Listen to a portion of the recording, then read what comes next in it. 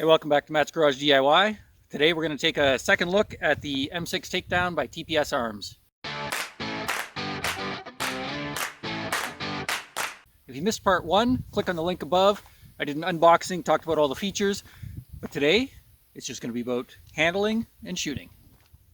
So with the M6, it's got this paddle style trigger designed to be used with gloves or mittens. So first off, we're going to see how well that works. So first up with mittens on. It's 6 degrees Fahrenheit or minus 14 Celsius today. Way too cold to be doing anything with bare hands. How easy is it going to be to manipulate this gun when we're wearing a set of mitts? Obviously, the hammer, you can cock the hammer, no problem. It is unloaded. That works. Safety, also easy to work with mittens on. I can flip between the shotgun or the 22 sight, no problem wearing these mittens.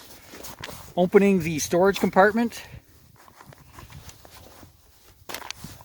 doable, but a bit more of a challenge. Trying to take these individual shells out, pretty much impossible with gloves on. You're going to have to, or with mittens on, you're going to have to either use gloves or bare hands to get these individual shells out of there. I am able to move the indicator or the selector between the safe and the 22 and shotgun positions, no problem. But most importantly, how easy is it going to be to pull that trigger? I've got this cocked back. Flip this over to the other side so you can see. Very tough to get my hand in there. I can kind of squeeze a couple fingers in, but I'm already starting to put a little bit of pressure on that trigger.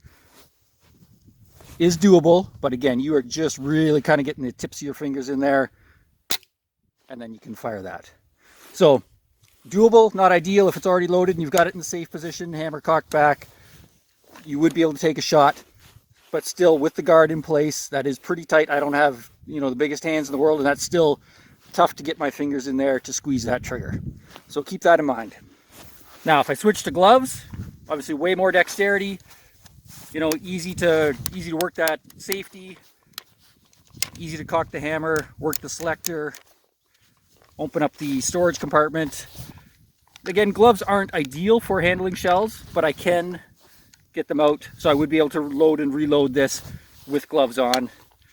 And then again, looking at that trigger pull, easier to get some fingers in there to squeeze the paddle style trigger. With gloves, I can even then sort of do the grip where you're just hooking the back of the trigger. That's certainly my preferred method of shooting this. Closest to, sort of your typical trigger, but you are able to do that either way with gloves on. So enough about the handling. How does it shoot? I reached out to Jason from TPS and talked a little bit about the M6. He said that these sights are set for 25 yards. So using that peep sight for the 22, you're going to be shooting 25 yards. We're going to give that a try. This is a 22 410, so when I use the shotgun, I'm just going to take one shot at a target so you can see the pattern. I'm using like a number 9 shot from the 410, so 20 yards, that's probably realistically the furthest you'd want to be shooting that with any kind of effectiveness. Alright, so I've got my bench set up. There's my target out at 25 yards. It's got a 1.5 inch red bullseye. So we'll take 5 shots and see how it does.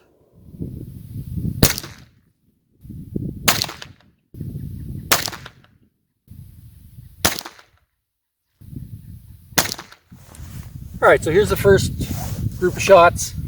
Not bad. Actually, I think really good accuracy. I was sort of splitting the bullseye with the peep sight. Probably I can see it sitting a little bit high, so I probably just need to be lollipopping that. So whatever I want to see, just make sure I'm lollipopping that when I make my sight picture. The trigger is definitely different. So if you're going to be counting on this as any sort of survival tool, then 100% you need to be spending some time shooting. Basically, I'm working in ideal conditions here apart from the cold. I can tell you after those 5 shots my hand is frozen even with having a glove on. But apart from that, right, I've got a bench, no wind, perfect day for shooting. So you definitely will want to spend some time behind the trigger to become efficient with this before you ever put yourself in a situation where you need to rely on this. So with that, let's replace this. We'll put a 410 on there, or we'll put the fire off the 410. See what kind of pattern that's making at the 20 yards with the choke that this comes with.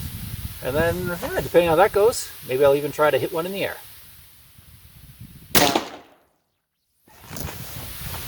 All right, so not a terrible pattern. Still getting a bunch in there. I think it's a little off to the I guess that'd be left.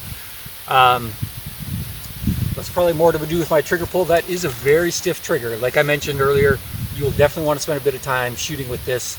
That trigger pull is not like a normal trigger, and it is quite stiff. But yeah, getting a reasonable number of pellets there.